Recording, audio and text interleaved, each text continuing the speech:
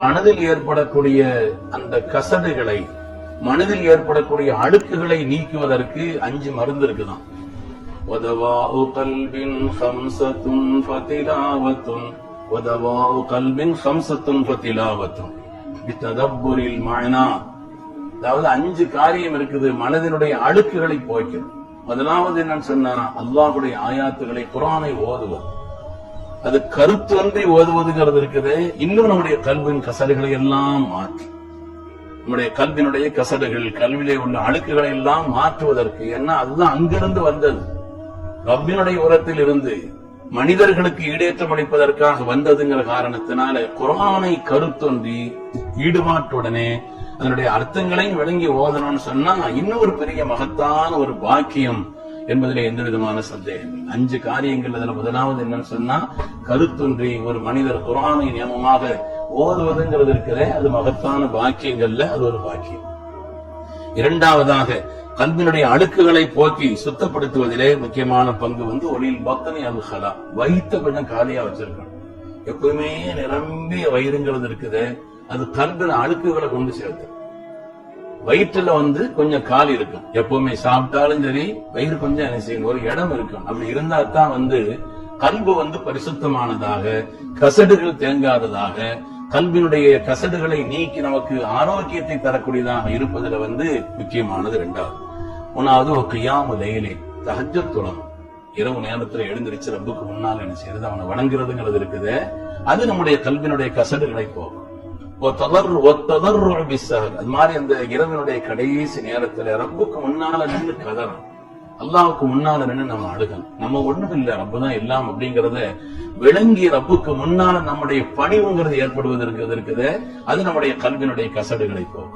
5வதாக முஜாலத்து ஸாலிஹீன் அல் ஃபுதலா, பாக்கியமான கண்ணியமான நல்லவர்களோடு நம்முடைய தொடர்புகளை ஆக்கிக் கொள்வது. ஏன்னா யாரோடு சேர்றோமோ அந்த குணம்ங்கிறது நம்மள்ட்ட வந்துடும். யாரோட பழகிறோமோ அந்த பேச்சு நம்மள்ட்ட வந்துடும். யாரோட பழகிறோமோ அந்த தன்மை நமக்கு வந்துடும்.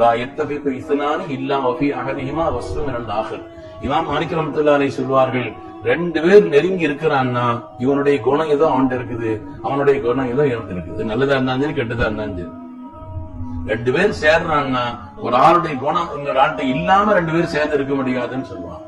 அதனால நம்முடைய கல்வியுடைய கசடுகளை போக்குவதிலே وَدَوَاءُ قَلْبٍ خَمْسَةٌ فَتِلَاوَةٌ بِتَدَبُّرِ الْمَعْنَى وَلِلْبَطْنِ الْخَلَاءِ وَقِيَامُ لَيْلٍ وَالتَّضَرُّعُ بِالسَّهْرِ وَمُجَالَسَةُ الصَّالِحِينَ الْفُضَّلَاء. இந்த 5 காரியத்தை சொல்றாங்க. அதனாவது குர்ஆனை எப்பொழுதுமே ஓதக்கூடிய, இதிலையும் கருத்தொன்றி அதனுடைய முடிந்தால் வாய்ப்பு கிடைத்தால் நமக்கு அர்த்தமும் விளங்கி அதை ஓதக்கூடிய தன்மைங்கிறது இருக்குது.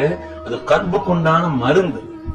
மனதில் ஏற்படக்கூடிய அழுக்குகள், கசடுகள் எல்லாவற்றையும் நீக்குவதற்குண்டான ஒரு சிறந்த மருந்து. இரண்டாவது, வயிற்றை நாம் அளவோடு உணவு சாப்பிட வேண்டியதுதான். ஆரோக்கியத்திற்காக, உடல் வலிமைக்காக, தேவைக்காக உணவு சாப்பிடுறதுங்கிறது அடிப்படை தான். ஆனாலும் கூட வயிறு எப்பொழுதுமே ரொம்ப நிரம்பிடுச்சுன்னா கல்வி செத்து போயிருக்கலாம்.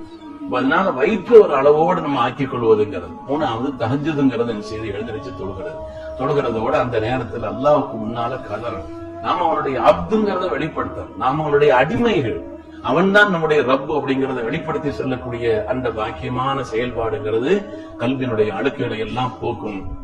5வதாக, சாலிஹீன்கள், அருளாளர்கள், நன்மக்கள் அவங்களுடைய தொடர்பில் இருக்கும் பொழுது நம்முடைய வார்த்தைகள், நம்முடைய எண்ணங்கள், நம்முடைய செயல்பாடுகள் எல்லாவற்றிலேயும் ஒரு உயர்வு ஏற்படுவதற்கு அது அடிப்படையானதுங்கிறத சொல்லி தருவான்.